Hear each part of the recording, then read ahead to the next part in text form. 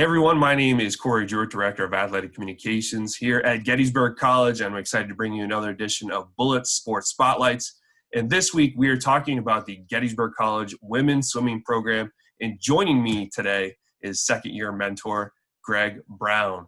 Greg, you're coming off an awesome season with the women's program, claiming the Centennial Conference title last February in our pool, which was an awesome moment. It's been kind of a hectic couple of months, though, I know for you personally, as well as in the pool. We haven't seen much of the student athletes since COVID hit in March, but we're making things happen. So just real quick, how about a quick update on what the last couple months have been like for you? So it's been a lot of hanging out at home like it is for everybody else. We did welcome our second child into the world. We had a little girl back in July. So now I have two July children. So now I'm currently working with a 3-year-old and a 3-month-old on top of everything else that I have going on. So. Yeah, it's definitely been busy. We've connected a few times kind of talking about what we've been able to do professionally just with our student athletes and the year that was 2020. And of course, we got to talk about this opening season. You know, you had such a interesting career coming in, former Division III swimmer at Lycoming, stops at let's see if I can get this right. Siena, Marywood, which is Division III, of course, starting up the program at Marywood too, Florida Atlantic, and also Army before you came to Gettysburg, and the team just took off. First season with the women. We set, I believe the final count was 11 program records, and of course winning that conference title too. So talk a little bit about this first season working with the women's swimming program here. Yeah, we had a lot of fun. I mean, it was a big time, enjoyable experience for me. The ladies were awesome. They worked extremely hard. They really looked out for each other and really pushed each other in practice. And I couldn't have asked for anything more. I think it was, I was new. Anytime you're new, whether a kid had a really successful year the year before or not, they knew that training was going to be different. Schedule was going to be different. The weight room was going to be different. And I think for anybody, change is scary, good or bad. And coming from Division I, I'd spent the last 4 years in Division I, and certainly that's always a tough changeover, right? Like, you're a Division III school, and here comes this Division I guy, and then you add into the equation that I just come from Army. So there was definitely some kids who thought I was going to make them march onto the pool deck. I had to make sure that they knew that I didn't serve; I just worked there. And but it was great. I mean, it was the kids were great to work with, and it was really a lot of fun. I mean, I couldn't have asked for a better experience from the department, from the team, from the school. I was really, really happy, and just looking forward to more years to come. And of course, you kind of walked into a great situation too with the class that Coach Raleigh, previous head coach, and Zach Moser had kind of brought into. The women's team definitely had some really good swimmers in there, looking at Katie Cooper and Megan Warner. Of course, Kate Crilly was a well-established swimmer too and really shined during the conference championship too. Of course, she was named the Centennial Conference Most Outstanding Swimmer of the Meet. You had the rookie of the meet as well, and Talia Moss from our resident Canadian there, just having a great meet herself. And then, of course, you were the Women's Coach of the Year too. But the moment that stands out to me is the first time you held that conference trophy. I mean, the second moment is when you jumped in the pool with the team too, which was fun because you were completely decked out in the shirt, tie, and pants. But talk about that moment when you finally got to hold the conference trophy, which we talked about this afterwards. The first time you held a conference trophy. It was. And I think that that's something that you're never going to forget. It's something that I mean, it was 20 years worth of college swimming for me. And, a bunch of like second and third place swimmers finishes, whether as a swimmer or a head coach or an assistant coach. It seemed just like I was a lot of bridesmaid, moments for me. I didn't get over the hump there, but yeah, to do that and it was a special moment. It's like I didn't even know what to do, honestly. Like I've seen people win championships lots, and I've seen what the coaches do, and it's like I didn't know, like, Should I let the women just completely be on their own? Do I get into the mix? Do I not? When do I hold the trophy? I had to like make sure, like, did all the kids hold the trophy first? Because I mean, come on, man, I didn't swim any races, so I don't want to be like diving in there grabbing a trophy for some kid. So I just wanted to make sure that I was doing the right thing. But and then I wanted to get Cassie involved, and I wanted to get Rick involved, and I wanted to make sure that they were living in the moment too. So it was a lot. Truth be told, I definitely, from the time we ended our celebration to then, just meeting with the team as a whole, afterwards, just having that kind of like end of the season, end of the meeting. I definitely teared up there when I got a few minutes kind of on my own. Fortunately, there were a couple of people there to make sure I was good and I was ready to get back with the team. But it was a lot. I mean, it all comes at you quick, and before you know it, the moment's kind of over. And then there was just, like I said, a couple minutes there where I was just kind of like by myself, and you really take it in, and it was a special thing. Yeah, it was awesome to see that legacy continue. It'd been a couple of years, it's been 7 years since we won our last title on the women's side, but the women's swimming program at Gettysburg has been great, going all the way back to when George Kennedy, who is the former head coach, when he won titles on the MAC, and of course Raleigh, and it was great to see you continue that tradition too in your first year. A lot of great races, a lot of great meets during the year too. We looked at the Gettysburg Invitational, the Centennial Conference Championship. What were some moments that kind of stood out for you during the course of this season? I think there's a couple of different things. Certainly the invite was really good. I mean, we swam pretty fast. We had kids who were really trying to at least get those B cuts right away. I needed to know how fast they could be. So we suited up for it. We rested for it. I mean, my thing is why do a midseason meet if you're not going to go all in on trying to go fast? So I needed to learn about their tapers. I needed to learn about what they would respond to. So that was really important. And yeah, I mean, we had some great swims there. A lot of people kind of came into their own. Like I look at a kid like a Kate Costco, a lot of people forget she actually won the 100 free at the invite, and just had a great meet overall. And then, like you said, those freshmen, I mean, it was a big class of talented kids who, I certainly owe a debt of gratitude to Coach Rowley and to Coach Moser for really bringing in a tremendous class this year. I mean, you called the meet at championships, and it was like every other race was a freshman either winning or contending to win, and so that was great in regards to that. I think from a meet standpoint, I mean, certainly when we went down to Swimmer Sinus, that was the first away meet for us, and we had it circled on that. It was going to be a big meet. I mean, they're the defending 2-time, I think, right, conference champs, and it ended up being not that close of a meet.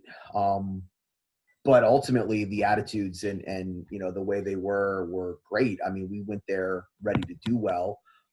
But I think the meet really from a team standpoint that I thought was the most positive, the most exciting, the most prepared, in on it with each other was actually the Mary Washington meet. That was like, late, it was like the 25th of January or something. We went down there. And again, I mean, Mary Washington's a great program. That's a top 25 program. And we really got an opportunity to see what our winter training had done to get us ready. And then I would be remiss if I didn't mention the fact that, the other thing that built this team, I think the way it was the fact that we went down to Swarthmore and got smoked. And that was a big wake up for the ladies. I mean, the young ladies at Swarthmore were ready for them.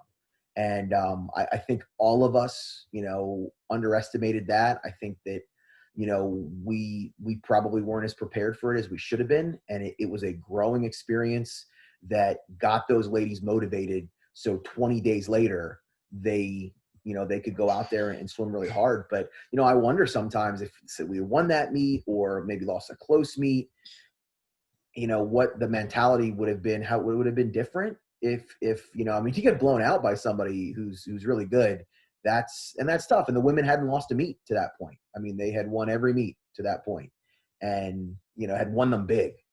So, it's kind of like that age old thing, right? Like, they always talk about NCAA basketball. A lot of times teams don't want to go the regular season undefeated. They want to take that loss. And I think that we grew a lot in that moment just as much as we grew in a lot of the successful meets that we had all season.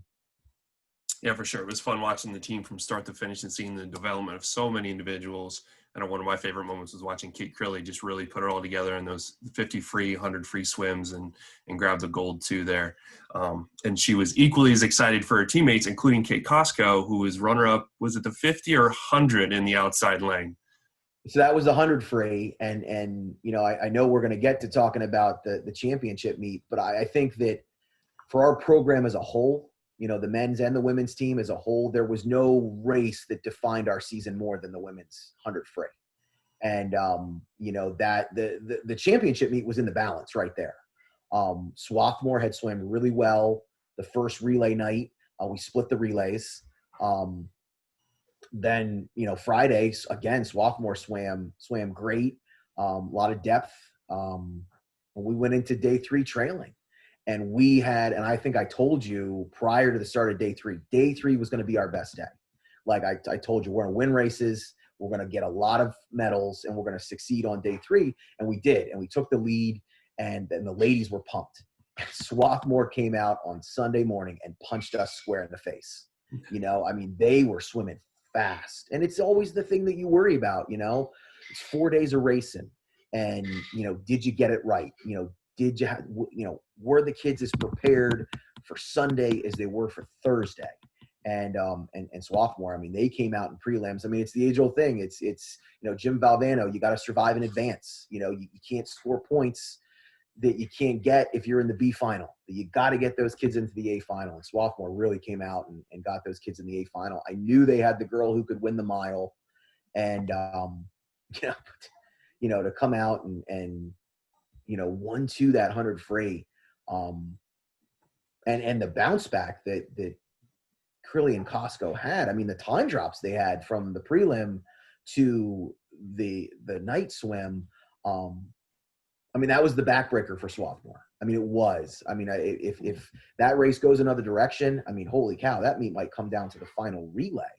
And it was just, and I was, certainly excited. I actually got a shout out in the men's.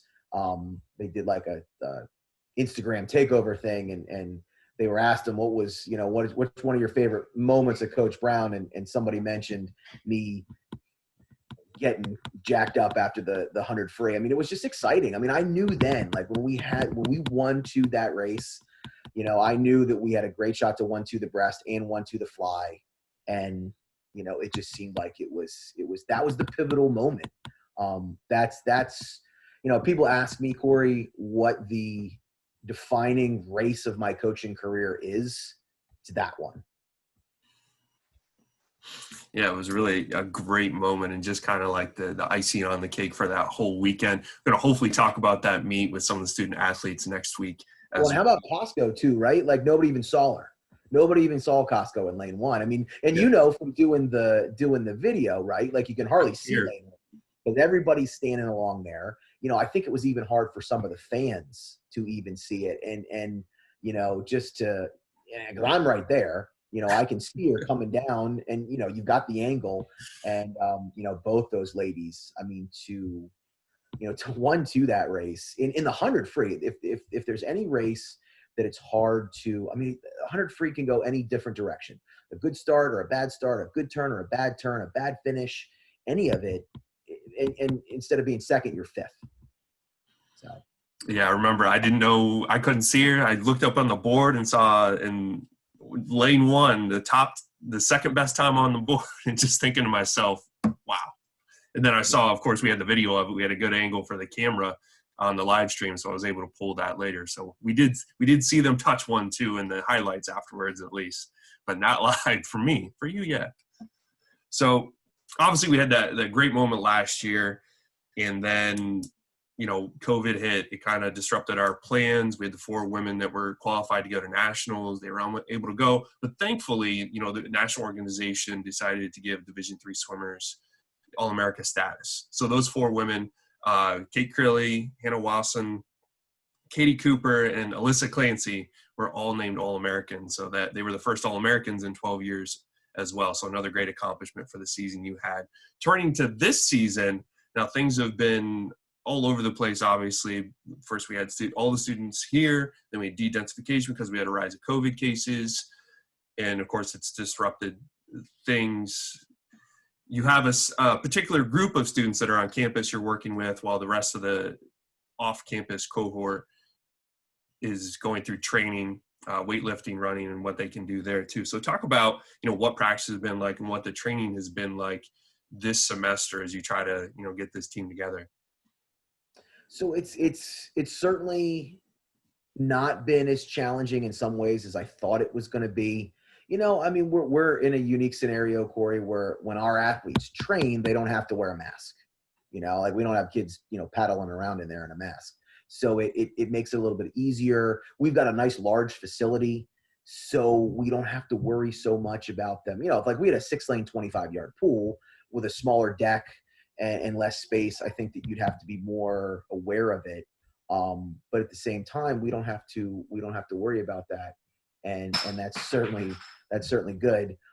So we've got like 23 kids who are training right now. So we can have them all in there. It's nice when you have 13 training lanes. So we can have them all in there. If they're all there, then we go, one kid starts at one end and one kid starts at the other end. And, we give them the workouts. We started just about an hour in the pool for the first couple of weeks. And we've just upped that as we've gone. I mean, now we're pretty much getting, I would not say that we're treating these, this practice on October 30th like it would have been practice on October 30th last year.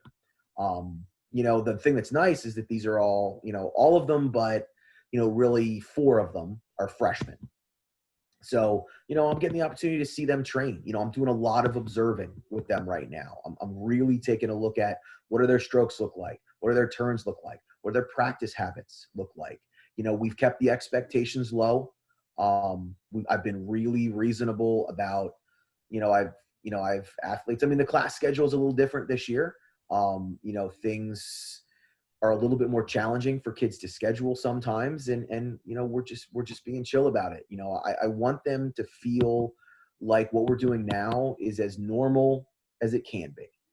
And, we want to make it a good experience with it. So, so we got 19 freshmen in there right now. So honestly, for me, I have probably one of the bigger groups of athletes on campus right now. So that's made it nice. We do have some upperclassmen who are here. So that's been a great help.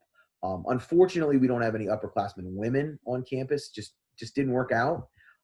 So we will definitely look forward to, to having hopefully upperclassmen women on campus next semester. Because I think that would be a really great way to have that semester go. Right now, like I said, I'm just learning about these kids, but I do want them to understand the process of how we do things. And right now, this semester is not the ideal example of how we run our practices. We're just doing one practice a day. We're not doing Saturdays right now. We're keeping it pretty relaxed in the weight room. Whether you're on campus or not, I'm trying to make sure we're getting the athletes off campus workouts. I've actually got another batch of probably about 30 workouts to send out here over the weekend. We did about 30, 25 or so workouts before. I want to get them another group of it. We send them the lifting. If they have the opportunity to get in the weight room, I'd like them to do that. But it's tough. I know a lot of kids, club teams swim out of college, and colleges, aren't allowing club teams in there. We're in that position ourselves where we're keeping our facility just for our athletes. So, just got to make the best of it. And I do know that kids are, even the kids who are locally, here in Gettysburg, they're getting over and they're doing some training on their own and whether it's weight room, whether it's in the water, at the Y. And, I think that's great. I think that's great that they're going out there and doing it. And we're just going to keep moving forward and see what things bring us. It changes every day. So, hopefully we're going to have something and all that we're doing here is going to be worthwhile. I have one more question for you, and that's just kind of like how, obviously it's very important to the institution, to your program, to recruit too. And you're meeting, kids are coming to campus, you're meeting with them, you're meeting with their parents. How are you kind of approaching recruitment during the situation we have right now, and then what do you see as the future of the program? It's got to look pretty bright considering the roster you have. Sure. No, absolutely. I was this year's women's team. I was really, really, really excited about. Certainly it's always nice when you bring in a group of recruits that you recruited. That's always fun because the relationship is just different. When I came here last year, I didn't know any of those ladies. I didn't know any of them other than maybe if they were in on the interview process. But I wouldn't classify that as knowing somebody. So you bring in a group of kids that you recruited and all these talented kids that we brought back. Whether Kate Costco or Meg Warner or Katie Cooper, Hannah Wasson, Alyssa, Kat Sears. I could rattle off every one of those kids. Yes, was it going to hurt to lose the seniors that we lost? Absolutely. Kate Crilly, as you said, was the swimmer of the year. Katie Idank made 3A finals. Becca, made 2A finals. Carly made an A final. That's a lot of A finals in 4 young ladies. That's a lot of points, and it's a lot of relay points. But I was really excited about what we were going to do, the momentum that we were going to carry forward. And I think that what we've done in the recruiting is say, hey, look, like this is a winning program. I'm not the kind of coach who worries too much about where a kid fits in somewhere else. I worry about where that young lady fits in at Gettysburg. And what I tell these kids when they come here is that, it's hard to make a lot of people promises. But what I'll promise them is that I'll give them the opportunity every single year to contend for a conference championship. And I'm going to give an opportunity every single year to contend to win individual and relay medals. And I'm going to give them the opportunity to qualify for NCAAs. And, if we're just talking about swimming, because a lot of times the kids that we recruit, the schools that they're looking at, it's a pretty even playing field. Whether it's from an academic standpoint or from a cost standpoint. So a lot of times it comes down to swimming, and what a young lady feels about what they want the next steps to be as a swimmer, as a collegiate swimmer. And, I think that, you're hard pressed to go to a lot of other places where you can get those 3 opportunities and all while doing it in a conference that's really fast. Swarthmore is going to give you all they can handle every year. F&M is getting faster and faster on the women's side every year. I am sure, Ursinus is going to be back to being fast. I know the coach at Dickinson, she's going to work hard there to really continue. You saw the freshmen that Dickinson had last year. So we can't just sit around and be happy that we won this past year. We have to build on that. The bottom line is, Corey, I came to Gettysburg because I believe this can be a top 15 national program every single year. And we ended the season in the top 25 this year. And that's an amazing thing to do. But I want to make sure that is constantly where we are. Every time a top 25 ranking comes out, that we are in it. And, I want to find swimmers who, I tell kids too, I want kids who it matters to them, that their own personal success and the success of this program matters. It doesn't have to be the number one thing on their list. That's, I think, the other thing that, when you come from Division I to Division III, you have to be understanding of that there's a lot more going on for these kids than just swimming. And, so I want them to come in. I was really, really proud of our team from an academic standpoint, 3.57 on the men's side and then 3.61 on the women's side. And, we got a lot of kids who are in challenging majors. And, I was really, really, really proud of that. So that also speaks to, what we're accomplishing in the classroom. I think moms and dads want to know that. Like, I don't know too many parents who are sending their kids to school to get C's and D's. They want their daughters to come to Gettysburg and get a top-notch education and swim fast. So, that's what we're putting out there. And I'm excited. We do have verbal commitments on the women's side already. We do have, swimmers who will be applying early Decision I, and I'm really excited about that. And I think that we're going to put together another really, really good class for this coming fall. And then I'm going to tell you right now, we're not going to be satisfied with that either. We're going to make sure that the class of 2022 is just as fast as 2021 because we got to get better. Every year we've got to be faster than we were the year before, because that's what the other teams in our conference are going to do. You know, nobody's going to stand pat. And just because we won, you know, now you got a target on your back. So you certainly have to make sure that you're doing it the right way. So, you know, but I'm pretty into recruiting. You know, I do enjoy it a lot. It's been challenging, like it's been for all coaches, you know, in regards to, you know, you can't have official visit weekends where you have kids come in on a Friday and you got 8 to 12 of them here for the weekend, and they spend a lot of time with the athletes. I mean, that certainly has changed. You know, at least now we can kind of have kids at least take a peek and see practice. But early on, I mean, we weren't practicing, you know, so we you know, couldn't even show kids practice. But we've evolved with it, and you know, we're staying communicated, and we're making sure that kids know what's up, and know that this is going to be a great place to be if you know, it's going to work for them. Yeah, for sure. I mean, I'm excited about the future of the program. It was so fun being at the championship meeting and seeing that all come to fruition. And we've got a great class of upperclassmen that are still back. And I'm excited to see what the freshmen have in store as well. Hopefully we get to see them in the spring semester. And as you said earlier, I don't know what the announcement is yet. We're still kind of waiting on pins and needles about that, but hopefully we hear something by Thanksgiving as well. So that's all I had, Greg. So it's always a pleasure talking to you. Hopefully you and I can get back in the pool and swim some laps too. It looks good in the picture behind me, so I assume it still looks like that.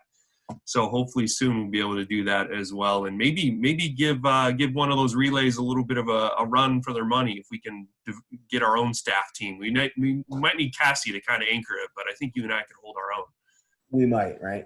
So Greg, thanks a lot for joining me today. Again, for Greg Bound, head coach of the women's swimming program, I'm Corey Jewett, director of athletic communications, signing off for Bullets Sports Spotlights.